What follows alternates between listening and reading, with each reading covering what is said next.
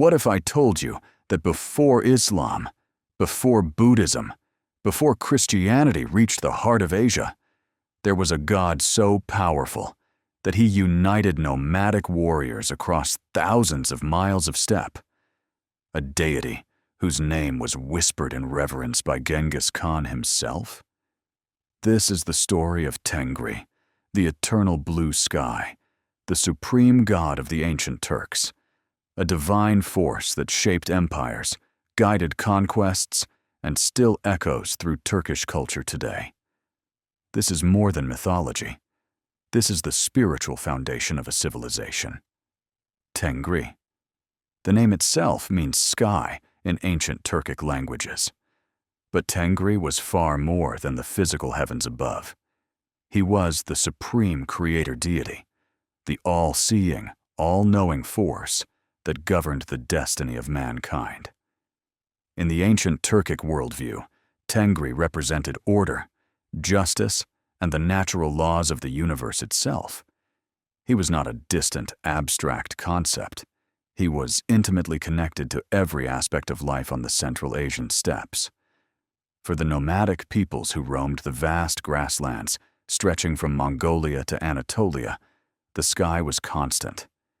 Cities could be destroyed, empires could fall, but the eternal blue sky remained unchanged, infinite, powerful, and ever-present. This permanence made Tengri the perfect symbol of divine authority. When ancient Turkish rulers proclaimed themselves Tengri given, or born of heaven, they weren't making empty claims. They were invoking the highest possible legitimacy in a world where political power required divine sanction.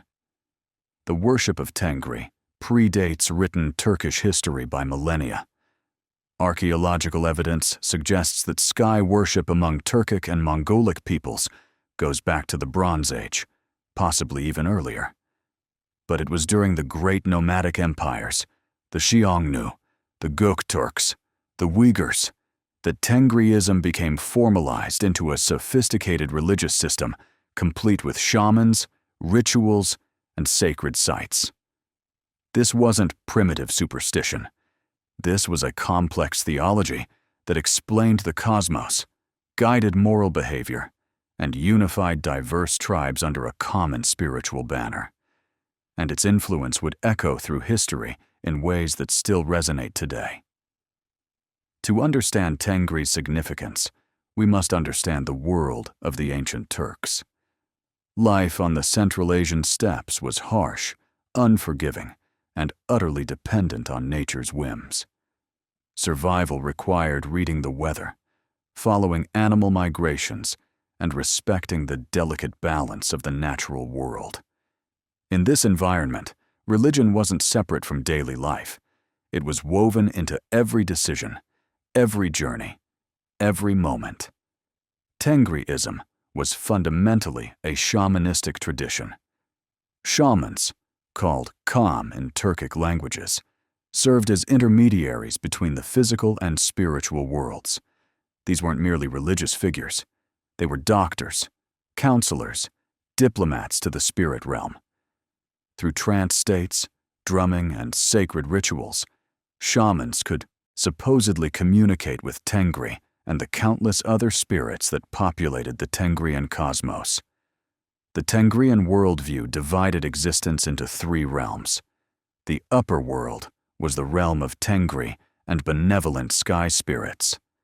The middle world was our physical reality, where humans, animals, and nature spirits coexisted. The lower world was the dark realm beneath, home to ancestral spirits and potentially malevolent forces. The world tree, a cosmic axis, connected these three realms, and shamans could travel along it in their spiritual journeys. But Tengri himself stood above this cosmology. He was the supreme creator, the father of all spirits, the source of all authority. Other deities existed: Umai, the mother goddess; Erlik, the lord of the underworld; various nature spirits, but all were subordinate to Tengri. When Turkish Khagans declared Tengri willing, Before major campaigns, they acknowledged that ultimate power rested with the sky god alone. This belief system created a remarkably unified culture across vast distances. A Turkic tribe in Mongolia and another in the Caucasus, separated by thousands of miles, shared fundamental religious concepts. They both looked to the same eternal sky. They both invoked Tengri's name. They both saw themselves as part of a greater spiritual community. This shared theology became one of the most powerful unifying forces in Central Asian history, enabling military alliances, trade networks, and ultimately, the rise of empires that would reshape the medieval world. The first great flowering of Tengriism came with the Göktürk Khaganate in the 6th century CE. The Göktürks, literally celestial Turks, didn't just practice Tengriism. They made it the ideological foundation of their empire. Their rulers bore the title Tengri given Khagan, declaring divine mandate that rivaled the claims of Chinese emperors and Persian shahs. The Orkhon inscriptions, erected in the 8th century in what is now Mongolia, provide our clearest window into Tengrian beliefs. These massive stone monuments weren't merely commemorative. They were theological statements carved in stone. The inscriptions repeatedly invoke Tengri's authority. When the blue sky above and the dark earth below were created, between them, the sons of men were created.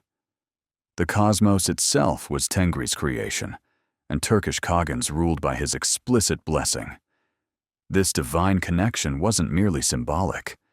Tengrian belief held that Khagans possessed kut, a divine fortune or charisma granted directly by Tengri. With kut, a ruler could conquer armies, expand territory, and bring prosperity. Without it, disaster would follow.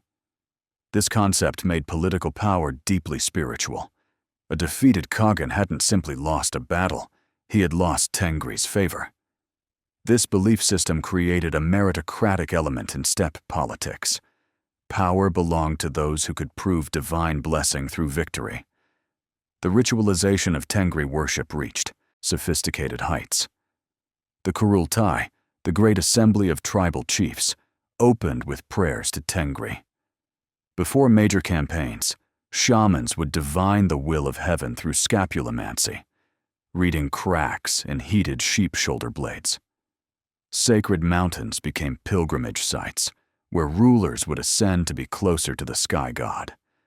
The color blue became sacred, symbolizing Tengri himself. If you're enjoying this deep dive into ancient Turkish spirituality, hit that like button and let me know in the comments what fascinates you most about Turkish history. It really helps the channel grow. But Tengriism's greatest test came with the spread of world religions into Central Asia. Buddhism, Christianity, Manichaeism, and eventually Islam all competed for the souls of Turkish peoples.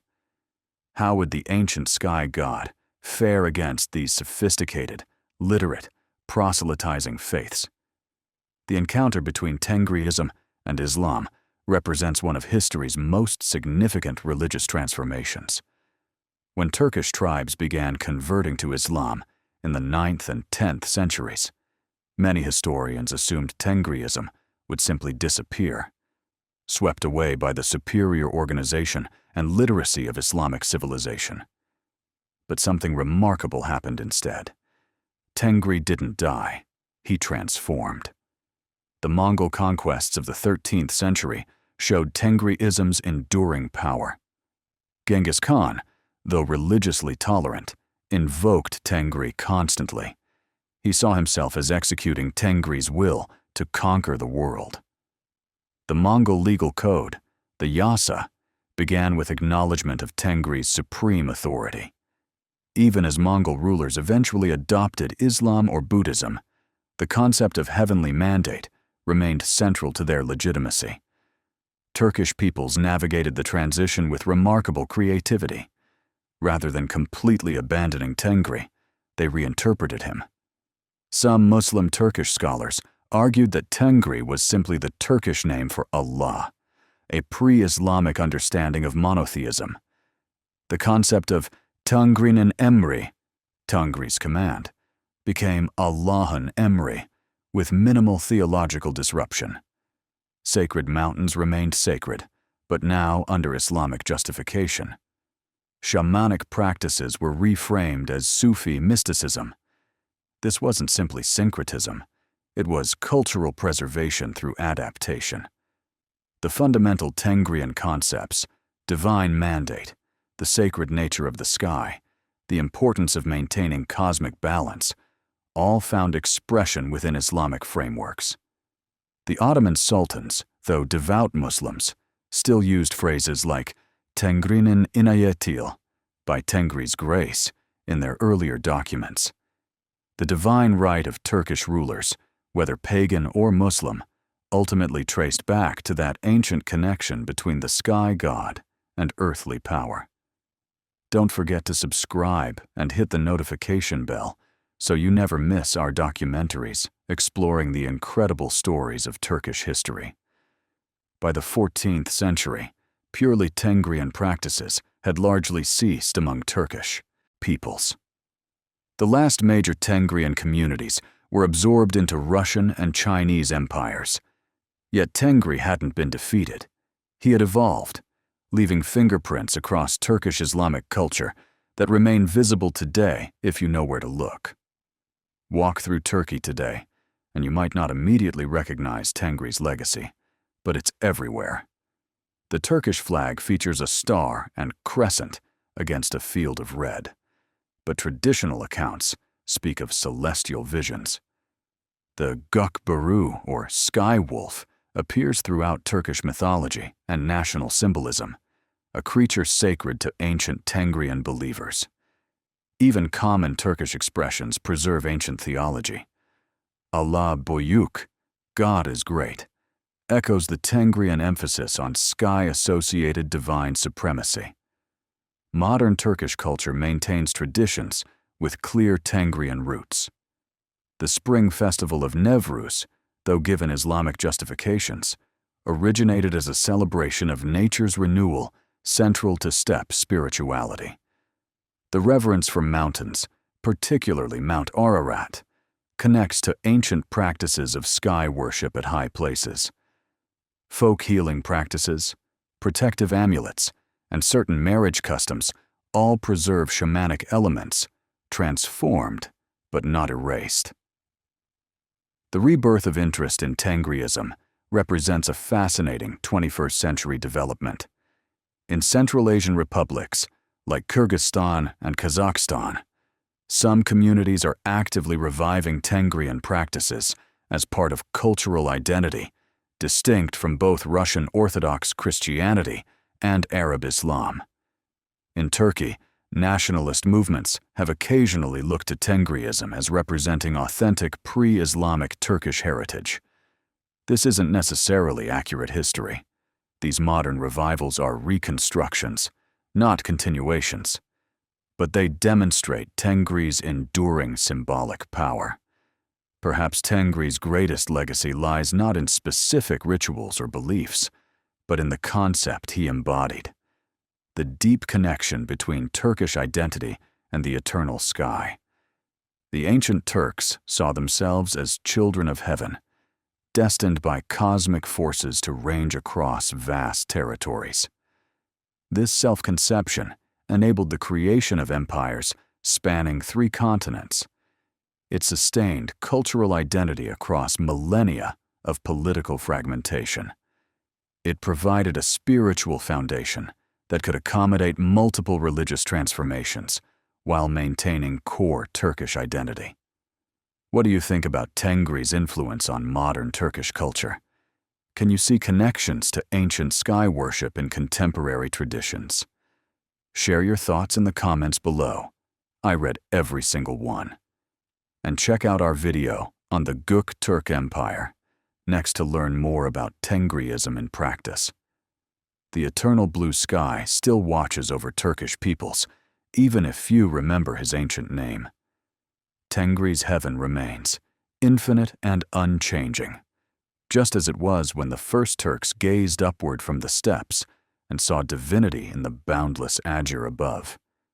Thanks for watching. Until next time, keep exploring history.